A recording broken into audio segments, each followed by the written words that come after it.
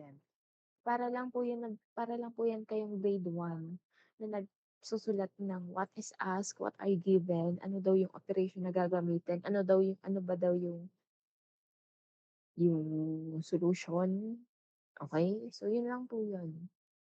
So, number 3, determine the quantity to be minimized and then maximized. Ano ba daw yung mga values na i-minimize natin? Ano ba daw yung mga values na dapat i-maximize? And then express the quantity to maximize or minimize in terms of a single variable. And then number 5, differentiate the function in step 4 with respect to the single variable. Then number 6, set derivative equal to 0 and solve for the critical values of the variable. So, magsaset lang kayo na yung derivative daw po ay equal sa 0. And then number 7, use the second derivative test or first derivative test to determine C what critical value satisfy the condition. So use this value to answer what is required in the problem. So susundan nyo lang itong steps. And then this one, after you find a critical point where the first derivative which is equals to 0, you use the second derivative to check if the function is at a maximum or at a minimum at that point. So ganito daw po yan. Kapag daw po ang f double prime of x is greater than 0, the graph is curving upward, so the point is minimum.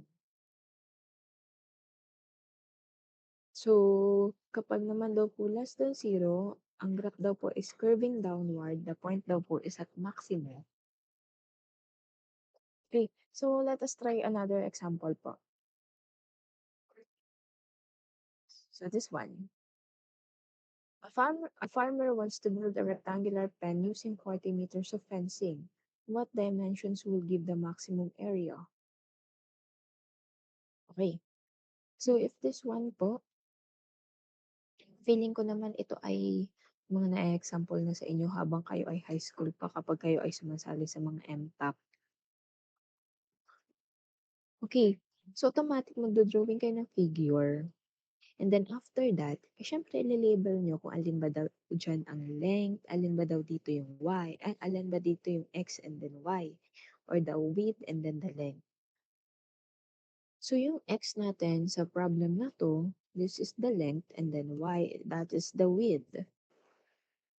Nagigets po ba yung pattern? Nagigets po ba yung drawing?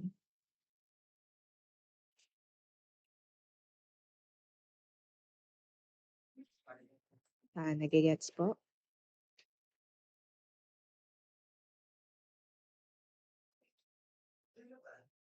Okay, feeling ko nagigets ha.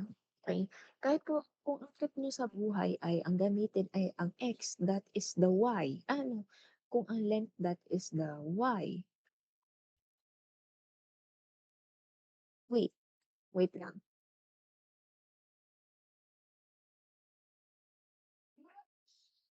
Naloloka ako. Wait lang. Naloloka ako dun sa presentation. Okay, so this one is dito, x equals to length, y is equals to width. Ganito. Yung x daw natin, ito daw po yung length. So, dapat ito yung x. And then yung y, that is this one. Okay, sumaalin. Same lang po yan. Okay? So, be careful po ha, kapag sinabi natin na horizontal, that is the length. Kapag ganito daw po yung width, that is the y. Okay?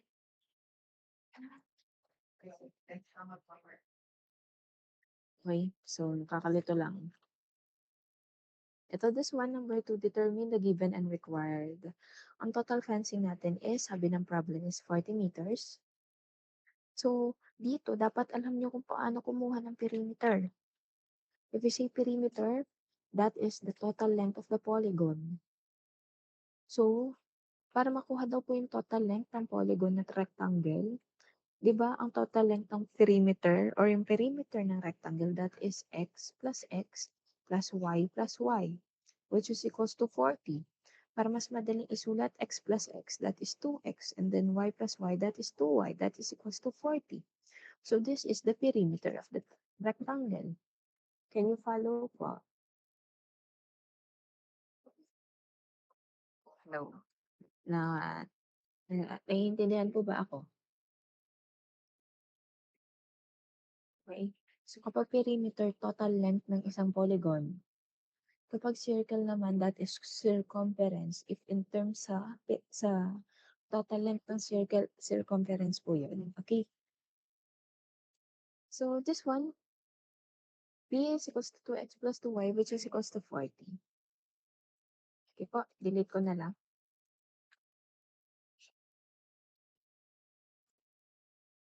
Okay, so this one, dimensions x and y that give the maximum area. So, di ba, ang area daw